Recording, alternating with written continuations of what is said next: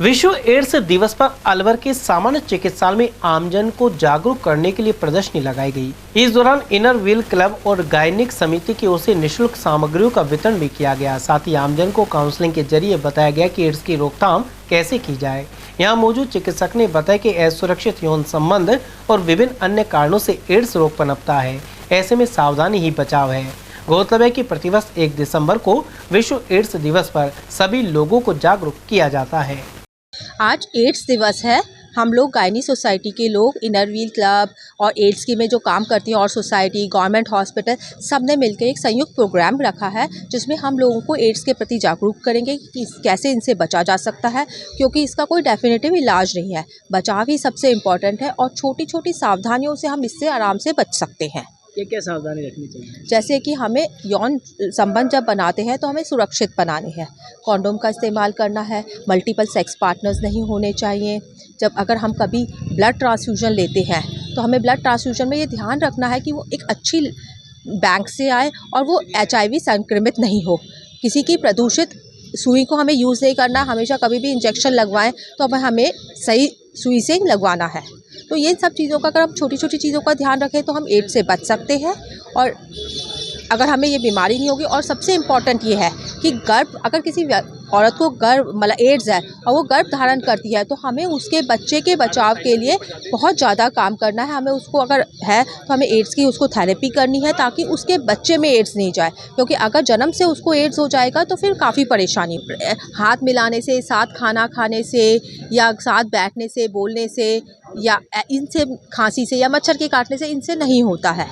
तो ये सब चीज़ें गलत है। हमें एड्स वाले जिसको पेशेंट को एड्स है उससे आपको कोई छुआछूत नहीं रखना है, पर हमें ये करना है कि उसका प्रदूषित खून किसी को लगे नहीं और उसको हम ट्रीटमेंट करके हम उसकी लाइफ प्रोलॉन्ग कर सकते हैं। आज विश्व एड्स दिवस है और ये जागरूकता हम लोग हर साल करते आए हैं, जिससे कि आम पब्लिक के अंदर ये धारणा जाए, ज्ञान जाए कि एड्स जो है बीमारी है, लेकिन एड्स पीड़ित लोगों को सहानुभूति के साथ हमको रखना चाहिए।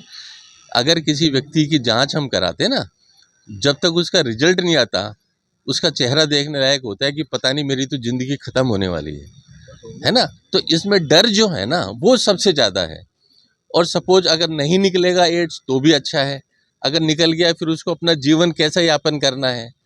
तो सारी जो हमारा एक सोशल स्टिग्मा है उसको दूर करना सबसे ज़रूरी है। वो भी एक इंसान है। चलिए, एड्स के साथ सबसे बड़ी दिक्कत क्या है, हमको सबको पता है एड्स 4 रास्तों से होता है। असुरक्षित यौन संबंध से, इंट्रावेनस सुइयों से, माँ से बच्चे को, ठीक है ना। तो बाकी सारी चीज़ें तो ठीक है। किसी को एड्स का नाम सुन गया तो सबसे पहले दिमाग में आता है असुरक्षित यौन संबंध।